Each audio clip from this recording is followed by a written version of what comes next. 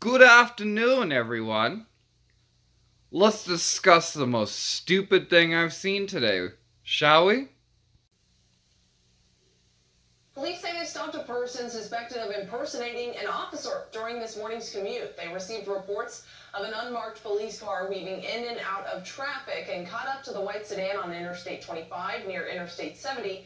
That was around 7 this morning. The car, police say, had lights on it, on the roof, and then also a dash cam. The 39-year-old driver was wearing Aurora police tactical gear. Aurora Police Department says he is not an employee. He presented a volunteer card issued by the department from 2020.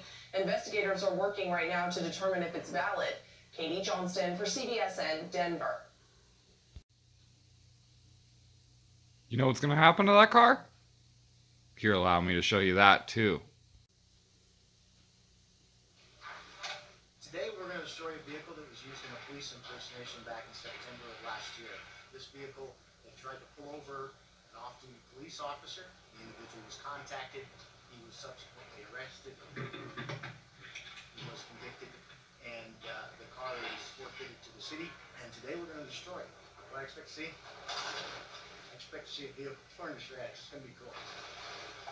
When you have a police impersonator, somebody that engages in that type of activity, that's a huge violation of the trust that we have between the public and the police department. It represents a huge danger to the safety of the citizens, but also to our safety too. It makes it more difficult for us to do our job. We want to do our part, and hopefully in getting that message out today, that behavior is just not tolerated. I'm sure the individual that did this, it'll come out to him and he'll get to see his car being torn apart. What he used as a tool of his crime is no longer going to exist. Hopefully this will send a very strong message and deter a few individuals that are thinking about doing that. Now you all know that I own the 460 Vic, and it's an Aero Vic, but it's a toy. That's not actually what I want. What I want is a 2011 that is silver and black and is a retired CVPI. And it's incidents like this that make it extremely difficult to be willing to go out and purchase a vehicle like that. I don't know what this dude's issue is. Like, were you bullied in school? Do you not have a purpose in life? Like, I don't get why people do this police impersonator or fucking false valor. Like, I don't understand that, first off. So you got these fucking idiots running around trying to be cops or military or fucking whatever else, and they've never been that. And that's the most fucking disrespectful thing that I can think of, because I was raised in a military family, and that's intolerable. The dude that did the seat on my motorcycle was a Garfield County Sheriff's officer for years and years and years and years and years and years and years and years. Okay? I grew up around military and police officers. I have respect for a lot of them. There's a lot of them I don't like. That's a totally different topic. But for you guys to be out doing this shit is fucking ridiculous. That car is gone. Okay? So, you got that. And then you got people like Cletus McFarlane that are just destroying them for shits and giggles. And that's fine. You know what? You paid for it. You bought it. You do what the fuck you want. But the numbers are dwindling, fellas. I know that there's a shit ton of Crown Victorias in the world, but that number is going to run out real quick. Like, a friend of mine, way back in the day, had a 67 Fairlane 500 four-door. When was the last time you saw one of those? It's a four-door. Nobody cares. It's going to end up being the same thing as the Crown Vic. And a lot of you guys that are up east, you have rust issues and shit. So your cars are going out already. And you get people racing them. And I understand that you guys have racing leagues. And if that's you that you're watching, I get that fully. And you guys are like putting time and money into your car, and you're not wanting it to last one race. You're wanting it to be a race car. And you guys are doing a series. That's sick as fuck, and you have my full support. But to go out and plow it into a fucking wall in one race, and then it sits in the back of the racetrack all twisted and shit, I'm not for it. I'm also not for the derby shit.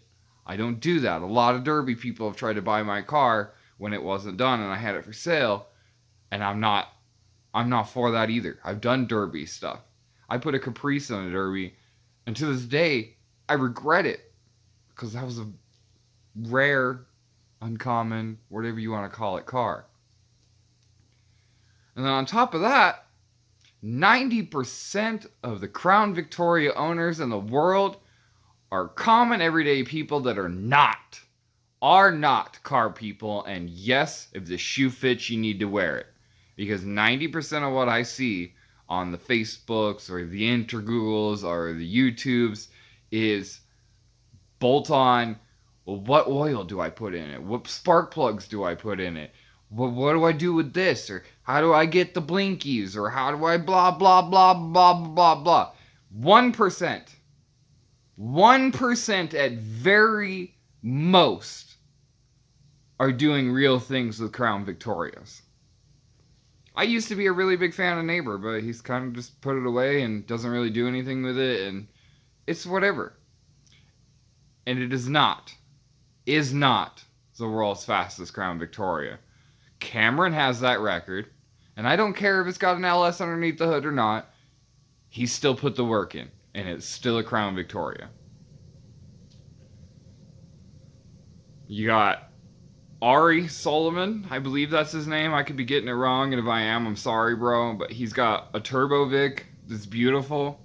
You got BST Ford with his Vics that are fucking... It looks like Transformers cop car to punish and enslave kind of Crown Victoria. I love that thing. You got...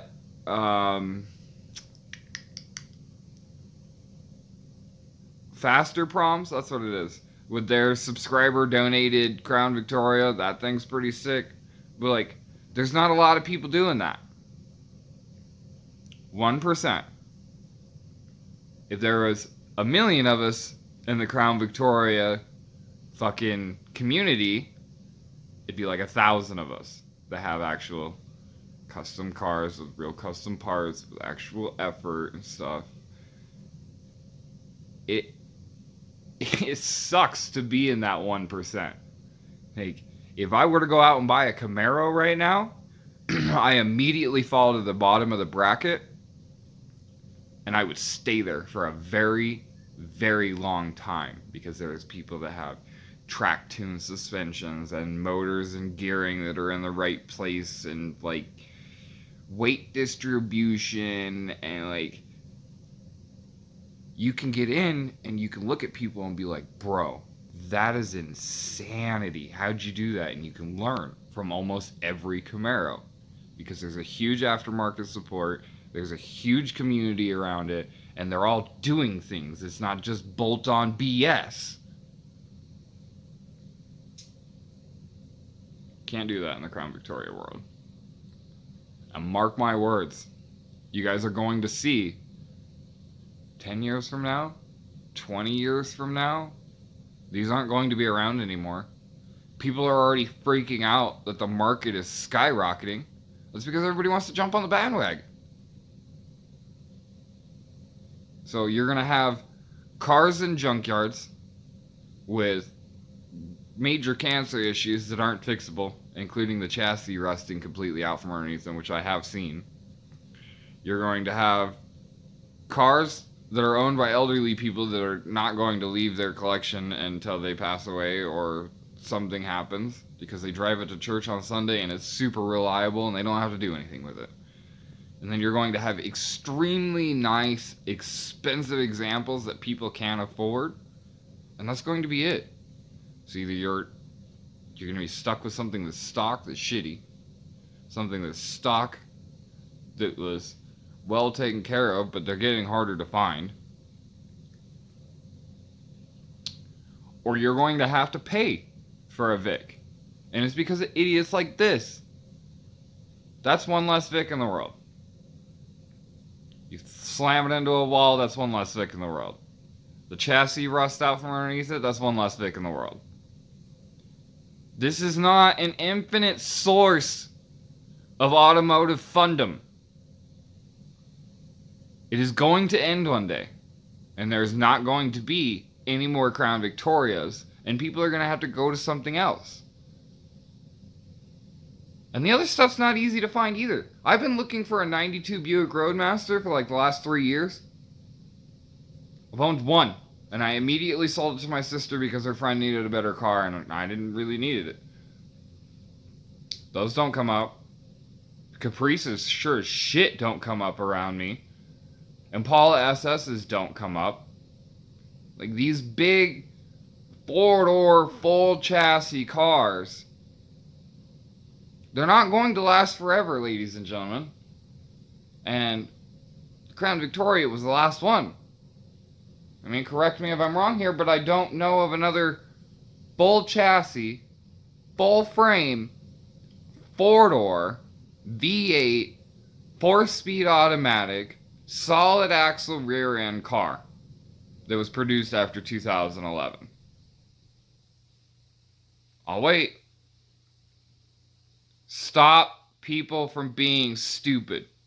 If you have a friend or a family member that's doing this shit, tell them to knock it the fuck off.